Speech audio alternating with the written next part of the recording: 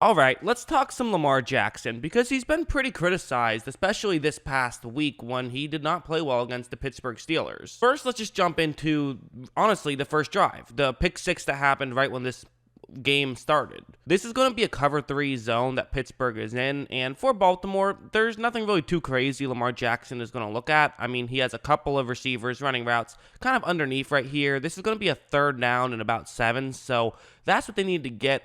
Both of these routes could work, hit one of the receivers, hope they fall forward, pick up the first down. It makes sense. Once this ball is snapped, you notice that, okay, so who should he throw to? Well, probably the receiver closest to the bottom of the screen, to Jackson's right. That would make more sense because while he would want to hit Andrews, the tight end, who's the one on the top of the screen, he could make that throw, but the chances are a linebacker's going to run in, make a quick tackle, and you're not going to get the first down and have to punt. Jackson sees that. He's looking in that direction, and he sees, okay, that route's probably not going to work, but I know I have another route just on the other side of the field. But he isn't looking in that direction just yet. He would love to take more time, look over, and decide if he can make this throw because, there are another linebacker who's trying to step in front and potentially get the interception that way. But he doesn't have time right now. Jackson doesn't have time because there's pressure right away, so he has to make this throw right now. He's going to take a chance and make a throw really without looking. He throws it, and it just gets intercepted and returned for a touchdown.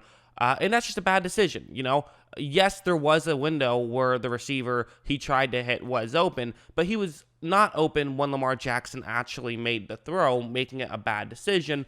On top of this, Jackson didn't get through his reads quick enough, and, that resulted in a pick 6. He also had another play inside the 10 where he ended up just fumbling the football, which honestly was another mistake. It definitely wasn't a situation where he had to fumble it there. It wasn't like it was just, a tackle getting beat. It was just him not playing well. And the other interception might have been the worst of the 3. It's going to be cover 3 zone, and it's going to be honestly, this concept is designed to beat cover 3. You run play action and are going to have a fullback and a tight end run basically right there, which this should be a great concept. The play action will get players out of position, and then you're going to have someone basically on either side of a Pittsburgh Steeler who's in charge of covering the zone closest to that sideline in the middle of the field. Basically, he'll stay shallow, and then Lamar Jackson can throw it to the deeper route, or he'll stay deep, and then Lamar Jackson can throw it to the underneath route.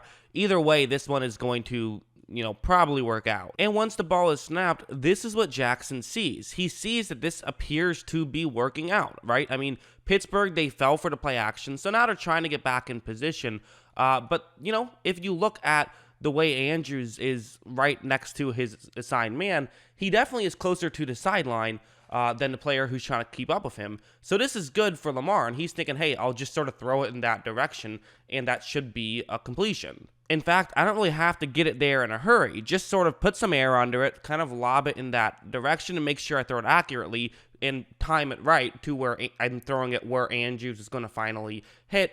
I got some space right here. However, Lamar just kind of lost track of 56 right there. I think he just sort of assumed that he was going to be covering the fullback, but, this is the NFL. Guys can cover more than one guy if the ball comes not too far away from them. He's going to drop back, and he's going to actually get this interception right here. A good play for sure, but a bad mistake from Lamar Jackson, and he just made a few of those this game, and it's worth calling him out on that. I think that people sometimes forget that Lamar Jackson's a really young player. He's younger than Joe Burrow. He is a very young NFL player, and so he is going to take a little bit more time for him to learn this stuff. Age does matter in these types of things. However, that being said, I don't think Lamar Jackson's a problem whatsoever. While I do think it's worth mentioning, they're currently 17th in offensive points per drive, which, they were best in the league in that last year. So that is a significant drop-off. Let's not forget, Lamar Jackson can do a ton well. He will make just a ton of spectacular throws, and this one's a good example of that. It's going to be a cover 3 zone, and you're going to have multiple Pittsburgh Steelers. It's going to be a blitz, and multiple guys are going to get through relatively untouched. So while Jackson does have a route that he likes, and spoiler alert, it will get open on this play, he's going to have to really work some magic if he's going to find a way to just have the time to make this throw. But that's going to be exactly what he does. Watch how multiple players get through, but he's able to run through both of them and makes an off-balance throw and hits his tight end end, and they pick up a big gain. Actually ends up getting fumbled at the end there, but recovered out of bounds. Really just an incredible play from Lamar. And, all of his highlight reel plays tended to be when he was running with the football, but you could honestly make an incredible highlight tape just of him throwing the football.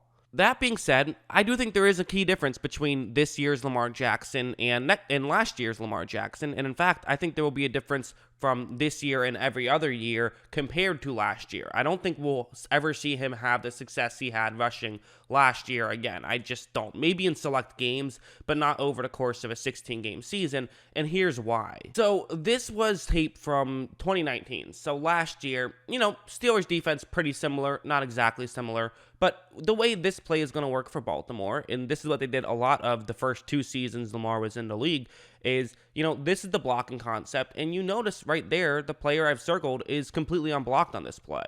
That's Bud Dupree, who's, a really good player. So, why are you leaving him unblocked? Well, the way the play works is basically that Lamar Jackson fakes a handoff and then runs the ball himself.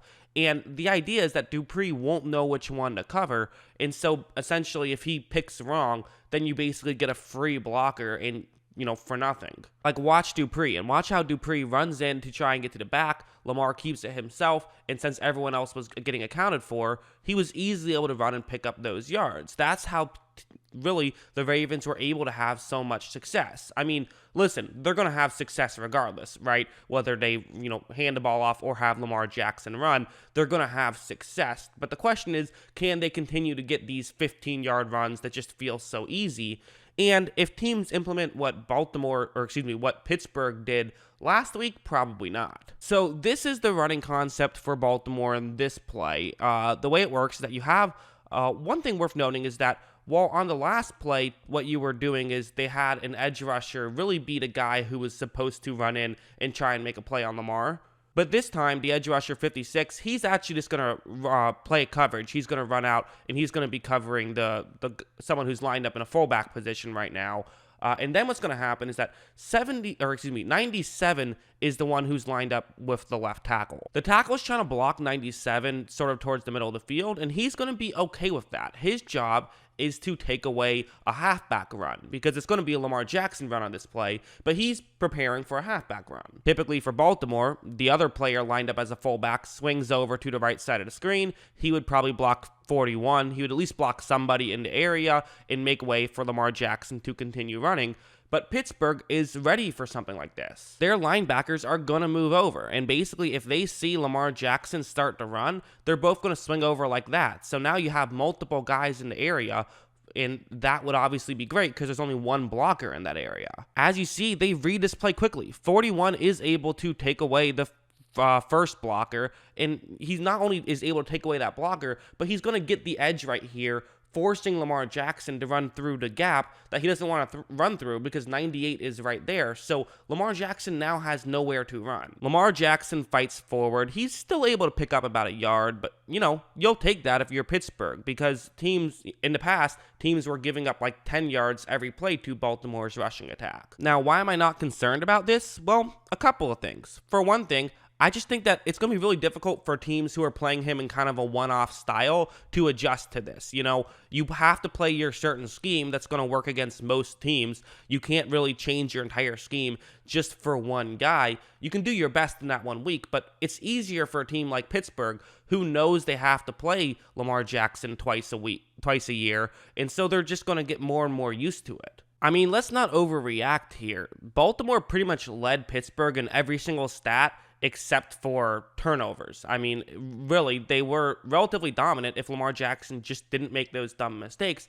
And if he can clean those up, this is an incredible football team. I mean, I talk about the fact that their points per drive has gone down a little bit, gone down a significant amount, actually. They were best in the league. They're now 17th. But their defense is currently first in the league in points per drive given up. That's incredible.